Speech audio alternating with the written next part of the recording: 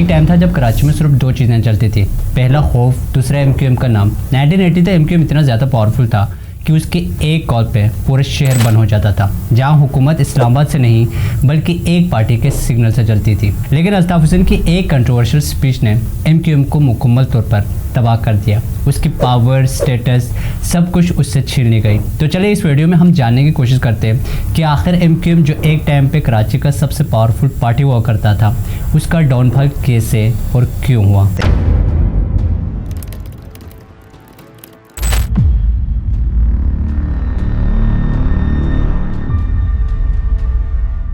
लेकिन 1947 में जब इंडिया और पाकिस्तान अलग हुए तो सिर्फ दो कंट्री अलग नहीं हुए, बल्कि करोड़ों लोगों की ज़िंदगियां भी अवरुद्ध हो गई। तकरीबन 15 मिलियन से ज़ायद लोग इंडिया और पाकिस्तान में माइग्रेट हुए, जिनमें 55 लाख से ज़ायद मुसलमान इंडिया से पाकिस्तान आए और उन्हीं लोगों को कहा गया मुहाजिर।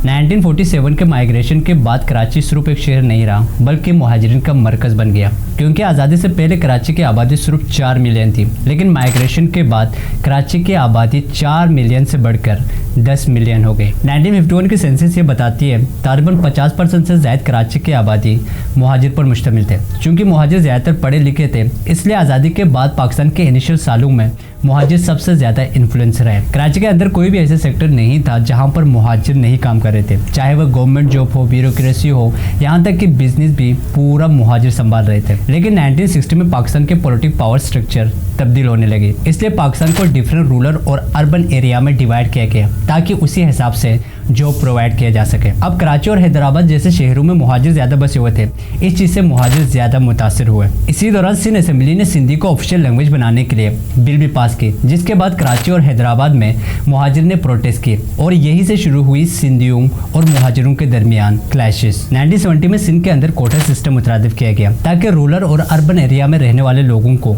जॉब भी उसी हिसाब से मिल पाए। चूँकि ज़्यादातर मुहाजिर कराची और हैदराबाद में आबाद थे, इसलिए सिंध के उस इक़दाम से सबसे ज़्यादा मुहाजिर मुतासिर हुए। 1980 तक ये सिचुएशन इतना ज़्यादा ख़राब हो गए कि पढ़े लिखे मुहाजिर को काम मिलना बंद हो गया, जिस वजह से मुहाजिर न सिर्फ नौकरी के लिए बल्कि अपने आइडेंटिटी के लिए भी स्ट्रगल करने लगी। और तारीख ये बताती है जब आइडेंटिटी और फ्रस्ट्रेशन आपस में मिल जाते हैं तो एक बहुत बड़ा पावर मूवमेंट जन्म लेता है।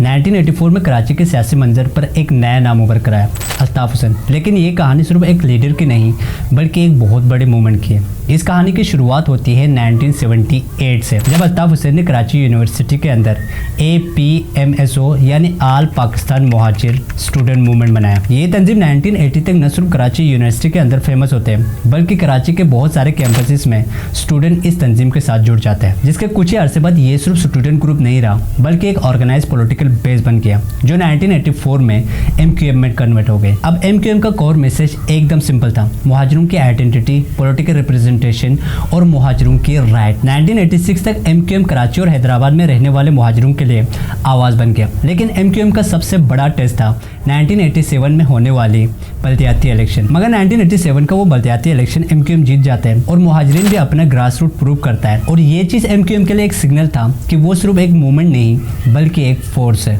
इसके बाद 1988 के जनरल इलेक्शन में भी MQM नेशनल असेंबली में 13 जबकि सिंध असेंबली में 28 सीट जीतने पर कामयाब हो जाते हैं। और साथ ही उस इलेक्शन में पाकिस्तान पीपल पार्टी के साथ मिलकर फेडरल पॉलिटिक्स में एंट्री भी ली, क्योंकि 80s और 90s में सिंध पॉलिटिक्स के अंदर MQM एक पावरफुल कंटेंडर था। उस दौर में MQM न सिर्फ एक पॉलिटिकल पार्टी थी बल्कि एक स्ट्रीट पावर, ऑर्गेनाइजेशनल मशीन और इमोशनल आइडेंटिटी बन चुकी थी। MQM का होल्ड इतना ज़्यादा था कि MQM के एक कॉल पे पूरा सिटी बंद हो जाता था।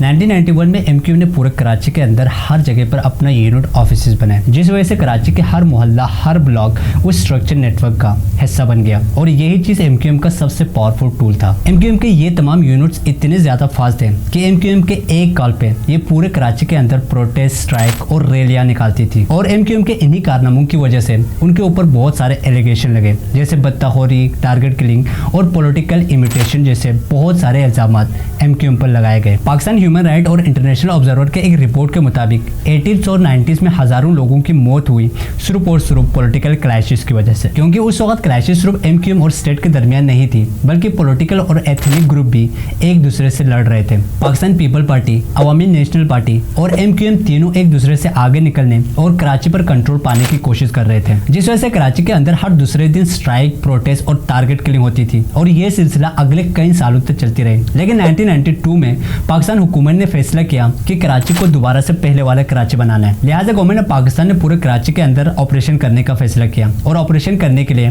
पाकिस्तान आर्मी को कराची के अंदर भेजा गया और पाकिस्तान आर्मी ने पूरे कराची के अंदर ऑपरेशन क्लीन अप स्टार्ट किया। ऑपरेशन के दौरान हजारों MQM के वर्कर और एक्टिविस्ट को अरेस्ट किए गए और साथ ही कराची के अंदर जितने भी MQM के यूनिट ऑफिस बने हुए थे उन सब पर छापे मारे गए। ऑपरेशन के बाद MQM के कायद अल्ताफ हुसैन को एग्जाइल करके पाकिस्तान से हमेशा के लिए बाहर निकाल दिया गया। लेकिन MQM की कहानी अभी भी खत्म नहीं हुई। Strong grass root, loyal vote bank और इमोशनल आइडेंटिटी पॉलिटिक्स की वजह से 1995 में एक बार फिर MQM कराची की पॉलिटिक्स में एक स्ट्रॉन्ग कंटेंडर के तौर पर उभरा। एग्जाइल के बाद भी अल्ताफ हुसैन लंदन से अपने वर्कर्स और वोटर के लिए स्पीच देते रहे, कभी टेलीफोन, कभी सैटेलाइट मीडिया और कभी टेप रिकॉर्डर के जरिए अपने वोट बैंक के साथ जुड़े रहे। यही वजह थी अल्ताफ हुसैन के एग्जाइल के बाद भी मोस्टली मुहाजिर MQM के साथ कनेक्ट रहे। लेकिन 2016 में अल्ताफ हुसैन की एक स्पीच ने MQM को घुटनों पे लाकर रख दिया।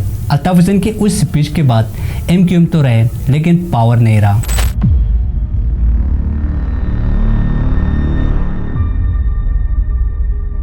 22 अगस्त 2016 एक ऐसा दिन जिसने कराची की सियासत को हमेशा के लिए बदल के रख दी। उस दिन अल्ताफ हुसैन ने लंदन से एक लाइव स्पीच दी। अल्ताफ हुसैन की वो स्पीच भी बाकी स्पीचेस की तरह लग रहे थे, लेकिन थोड़ी देर बाद अल्ताफ हुसैन के टोन एकदम चेंज हो जाता है। वो पाकिस्तान मुखालिफ बातें करने लगता है। अल्ताफ हुसैन अपने उस स्पीच में न सिर्फ पाकिस्तान को एक दहशतगर्द मुल्क कहता है, बल्कि पाकिस्तान को पूरी दुनिया के लिए कैंसर करार देता है। अल्ताफ हुसैन के उस स्पीच के फौरन बाद ही MQM के वर्कर की तरफ से पूरे कराची के अंदर प्रोटेस्ट किए जाते हैं और कई मीडिया हाउसेस पर भी हमले किए जाते हैं, जिस वजह से बहुत सारे लोगों की जान भी चली जाती है। सिचुएशन इतनी ज्यादा खराब होती है कि गवर्नमेंट ऑफ पाकिस्तान के लिए वो एक प्रोटेस्ट नहीं रहता, बल्कि नेशनल लेवल क्राइसिस बन जाता है। गवर्नमेंट ऑफ पाकिस्तान एक क्लियर पैगाम देता है कि अब बस हो गया, अब इन सबको रोकना होगा। लिहाजा पूरे कराची के अंदर MQM के जितने भी वर्कर्स और एक्टिविस्ट थे उन सबको अरेस्ट किए जाते हैं। इसके अलावा कराची के अंदर जितने भी MQM के यूनिट ऑफिस बने हुए थे उन सबको सील किया जाता है। MQM के खिलाफ लिए गए उस क्रैकडाउन के बाद पब्लिक अल्ताफ हुसैन और MQM से डिस्टेंस मेंटेन करने लगे और साथ ही